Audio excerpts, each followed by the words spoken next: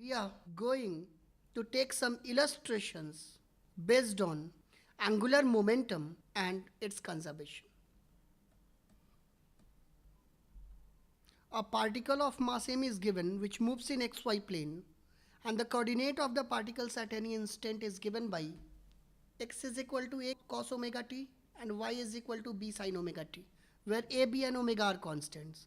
We have to determine the angular momentum of the particle with respect to the origin of the coordinate system. I'm going to draw a coordinate system for you. This is point 2, and let the particle be placed at this point. Let us name this point as P. So, this distance can be given as y, and similarly, this distance will be given as x.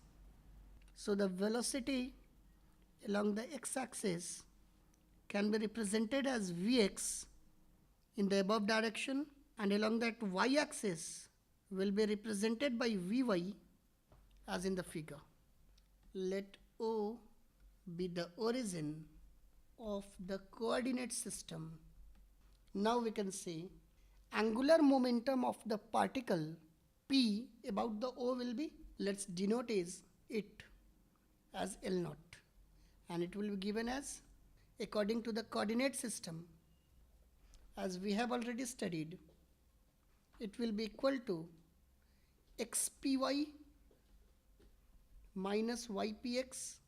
So we can write it as x mby minus y mvx. According to the question, x is given to be equal to a cos omega t, and similarly y is given to be b sin omega t.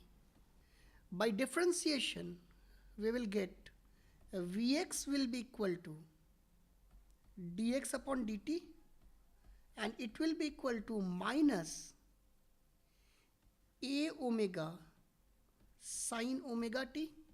Similarly, Vy can be written as dy upon dt, and it will be equal to b omega cos omega t.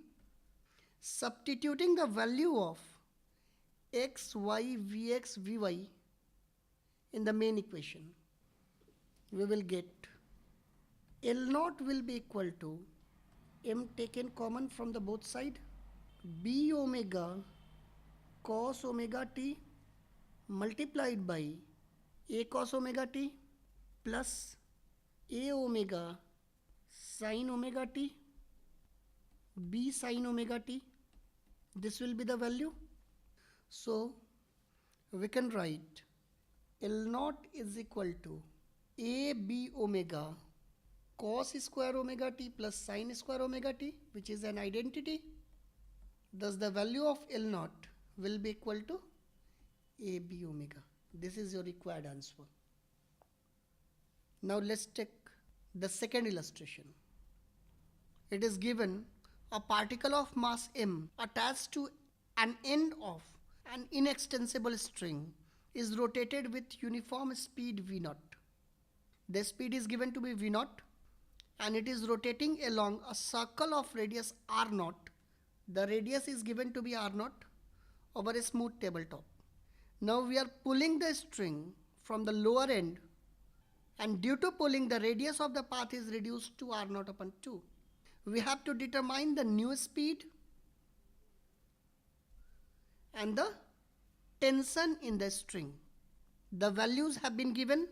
Mass is given to be 2 kg, radius is given to be 1 meter, and velocity v naught is given to be 20 meter per second. The figure has been provided over here. Now, since the particle is placed over here, you can say the forces acting on the particle will be, the first will be the gravitational force mg acting vertically downwards. This is the given force mg acting vertically downwards. The second force will be the normal reaction R acting upwards. This will be the given force. And the third will be tension T in the string.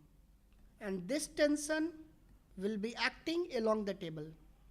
From the figure we can say mg and the normal force R both are balancing each other, and the moment of the tension about point O is also 0. Thus, the angular momentum across O, this is the point O, is conserved.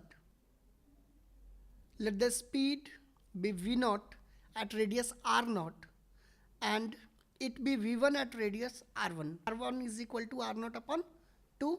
As from above we can say, since the angular momentum is conserved, so for both the condition, the angular momentum will be equal. So we can say L01 is equal to L02, or L01 can be written as mv0 into R0. It will be equal to